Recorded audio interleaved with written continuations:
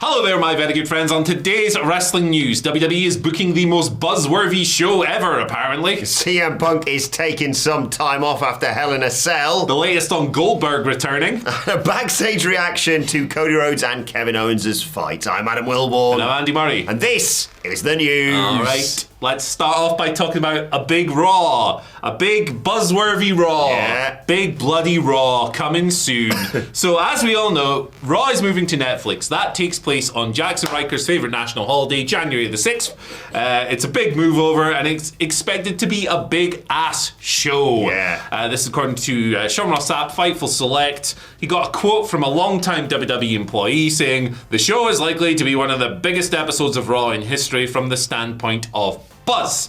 They talked about how the Netflix deal could end up being one of the biggest in WWE history, and sources are kind of talking about this as if it was like of PLE quality, pay-per-view quality, whatever free letters you use to... Good, because I missed day one. I liked that. Sneeze. I think there's another one coming. Is there? Is it still? You know when a sneeze It's just always in sits there? threes for me. Yeah, it's like mine's is just a single. I only need one for a knockout. Yeah, there you go. But I call them BAS, big ass show. I don't like PLE. I'm changing it. I'm changing the narrative. Bass. But yes, it could be of that quality and size. WWE sees Netflix as their next big leap in popularity. And while Fightful hasn't been told of I'm out of practice. Specific plans for this show, WWE sources have indicated they think it's going to be major. Talent from SmackDown will probably be on the show. Nothing's been booked yet. WWE also feel like they're kind of bridging the gap with special events at the moment. They've got Saturday night's main event coming up, of course, and apparently they have this strategy of like trying to have all these big events in continuous months. So they've had SmackDown's premiere on USA recently. They've had NXT CW Anderson's debut. Saturday night's main event in December, and then of course we've got Netflix debut Raw, all of that stuff. So yeah, big things happening. I mean, you'd expect it to be a big show. You wouldn't expect to tune in on bloody Netflix and for it to be a rank and file episode of Raw, would you? Back to 3 hours as well. Yes, of course, yeah, I forgot about that. I mean, it could, in theory, be 4 hours. They're just sort of open to do whatever once they get to Netflix. Do what the hell they want. Yeah. I hope it's not 4 hours. I really enjoyed the 2 hour Raw last night. But yeah, no great surprise there. Like you say, they want to do a big splash when they arrive on Netflix. And it is sort of perfect timing for them. I think if they could have picked a date to move to Netflix, it would have been the start of the year, because it's just like immediately ramping up. Boom, Rumble at the start of February, and then you're on the road to WrestleMania. Big things going to be happening. It is weird, you know, over the last few years, but particularly this year, that WWE has not had that usual dip, where normally they just sort of go, right, I can't be asked for a few months now, no one cares. And it's like, they would care if you made them care. And this year is a perfect example of that, of just like, no, you don't have to just be lazy and sort of go, right, we'll leave it until basically SummerSlam, and then after that, maybe a bit around Survivor Series, but basically take the rest of the year off. They've just been doing big things. Obviously, Bad Blood was huge over the weekend, and they want to do big numbers. I don't know how they would measure it, or even if it can be measured once you move to Netflix, but they want to do big things when they go there. Yeah. I'm excited, and I think it does open them up to more and more people going, oh, it's there on the front page of the thing, and rather than clicking through and picking a movie for half an hour, maybe I'll watch Monday Night Raw. Yeah, like I have no idea how many subscribers Netflix has, but you got to imagine it's more than like Peacock and stuff that, right? Like it's a global thing. So I'm looking forward to it being on Netflix because it'll just be so accessible. Yeah. It's like, just click on one thing and everything's there. Oh my goodness, this is really cool. We get all of it as well, don't we, here in the UK? Is that right? Yeah, I think so. Although these deals, like, I can never keep track of the information. No, me neither. Like, it always fries my brain a little bit. But yeah, it's going to be good from an accessibility standpoint for sure. I'm also interested to see if like the streaming quality changes a little bit. Yeah, that'll be interesting because sometimes like the network, like it's a good stream. Like we still have the network here in the UK, and it's a good, you know, 1080 or whatever. But it's not like. It's not perfect. No. Like there are times when it looks a little bit mushed up. So will that change on Netflix? I have no idea. We'll see. Be cool. Cool if it did. I think Dwayne shows up on the Raw of the New Year. I sure as hope so, man. I really hope so. That was the first thing I watched on Bad Blood. I was like, oh, Dwayne's on it. Bonk. The best. And then I watched his promo afterwards on Instagram where he said nothing. He said nothing. But I was still like, Final Boss quite a lot. Yeah, he said, was it Dusty Rhodes? Hard times. Love you. Hate your son. Good stuff. He's the best. He's the absolute best. They put some music on and he was like trying to cut a promo over the top of it. You couldn't hear a word. It was great. Anyway, See you in January or whatever, probably. See you later. Actually, he's probably going to be involved in Survivor Series, one would hope. Anyway, but speaking of big things that happen at Bad Blood, obviously Hell in a Cell, CM Punk versus Drew McIntyre was magnificent. We talked all about it on the Bad Blood review yesterday, which is available wherever you get your podcast from, or on the WhatCulture Wrestling Podcast YouTube channel. But understandably, off the back of that, CM Punk's going to take a bit of time off. He limped out at the start of Monday Night Raw. He's all bandaged up, and he had butterfly stitches and plasters all over him, and he was just about alive, as he said, after that war that he went to with Drew McIntyre. He said he didn't know what the future held for him. He told his haters to keep on doubting him, and he said he's going to go home and see his wife because he hasn't seen her in 5 weeks because he's just been so bloody grumpy. I'd like to say I'll see you soon, but I just don't know, he said. Thank you. And as he turned to leave, he was interrupted, or at least confronted, by Seth Rollins, who just returned last week, of course.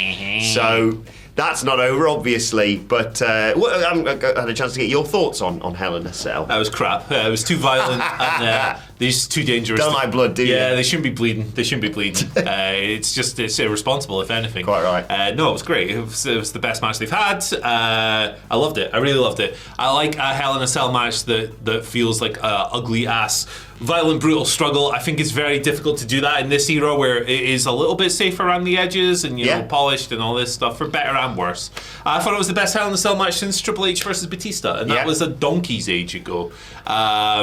So I'm also glad that on Raw he cut this promo selling the damage of it. Yeah, it's a good point. Like, so often we see, and look, I actually think it's kind of funny that Seth Rollins is the guy who came out afterwards, because he's the number one perpetrator of this. I like it when there's a big match and you're told to receive it as brutal and career shortening, and the guy comes out the next night and he is ruined. He's just blitzed. Yeah. CM Punk is like, I need to take time off because I'm unalive. That's good stuff. Like, if you're to receive these matches as big as impactful, you need to sell it beyond the night.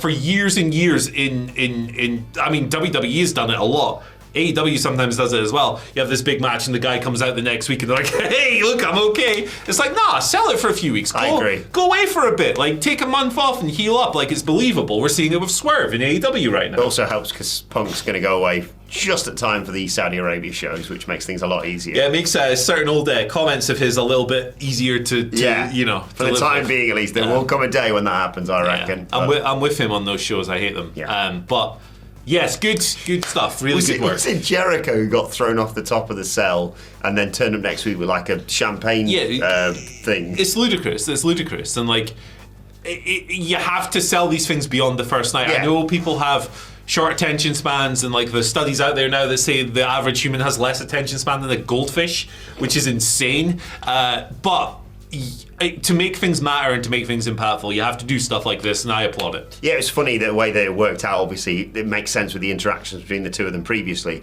but it was literally just like, right, CM Punk's going away for a bit, but don't worry, Seth Rollins is back, so he can just fill that spot. Here's the guy. And get well soon to Drew McIntyre as well, so we'll see how banged up CM Punk was. Yeah. Did you see the Stitches video? Let's just call it that. But hell of a performance from both of those gentlemen. It was great. Well-deserved time off. I hope they both sit by a pool, cheers in their success afterwards. I hope they're mates after all this. Yeah, sipping Pepsis, hanging out. Yeah, with a little olive in the top, and with a little bead from the bracelet on it as well. Sure. Let's talk about, speaking of guys who are good at selling, Goldberg. Yes. He was at Bad Blood. He was. He was involved in that whole crown jewel title and stuff, and there was Gage horrible, was there. It's it's absolutely revolting. And Gage looks different as well, doesn't he? Who's that kid? It's almost like kids grow. I know, it's weird. But yeah, he was in Atlanta. He's not wrestled for WWE in 2 years. But he had that angle with Gunther, and Gunther kind of mocked him a little bit. Goldberg tried to get in his face, and it's just like, you're Goldberg. But I love Goldberg. I'm an unapologetic Goldberg mark. I don't care if he sucks, because he kind of does. Now. Yeah. Anyway.